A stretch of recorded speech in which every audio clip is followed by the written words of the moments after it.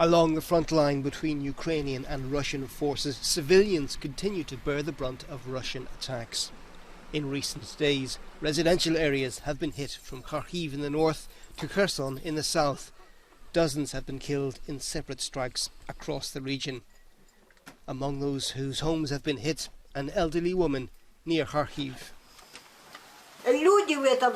People are not to blame for the fact that they have such a president like Putin. I wish he was dead, the parasite. Elsewhere, Russia is claiming several civilians have died in a Ukrainian rocket attack in Novokakhovka. The Ukrainian military said it was a precision strike on an ammunition depot. Neither claim has been independently verified. On the ground, the war grinds on, with Russia making only small territorial gains. Progress is slow, and Ukrainian soldiers are determined to hold the line. We will win anyway. Just what will be the price? The more weapons we receive, the less they begin to shoot. Their ammunition depots are running low.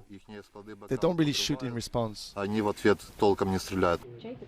With both sides running low on vital military equipment, the US says Russia has turned to Iran for supplies of unmanned attack drones. National interest and for the American people.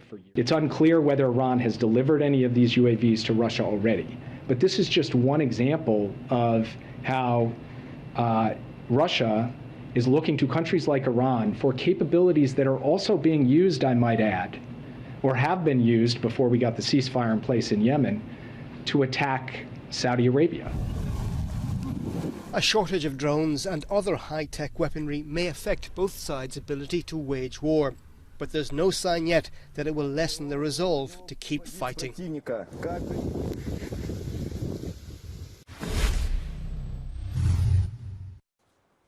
Gas has stopped flowing through the Nord Stream 1 pipeline, which connects Germany directly with Russia through the Baltic Sea. It's shut down for maintenance in a scheduled annual inspection. But politicians in Europe fear that Moscow could decide not to turn the gas back on in the increasingly standoff situation over the Ukraine war. Euronews reporter Kate Brady from Berlin has more.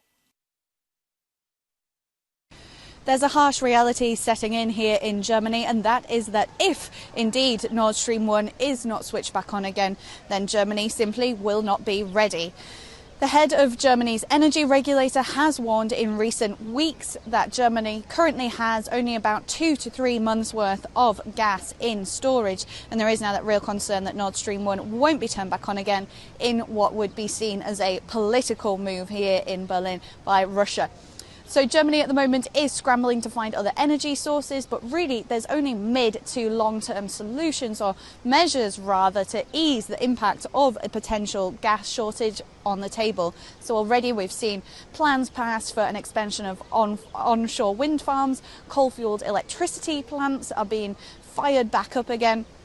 But none of that is going to really help overnight. So Robert Habeck, the Energy, Economy and Climate Minister, did say on Monday that European solidarity will indeed be necessary.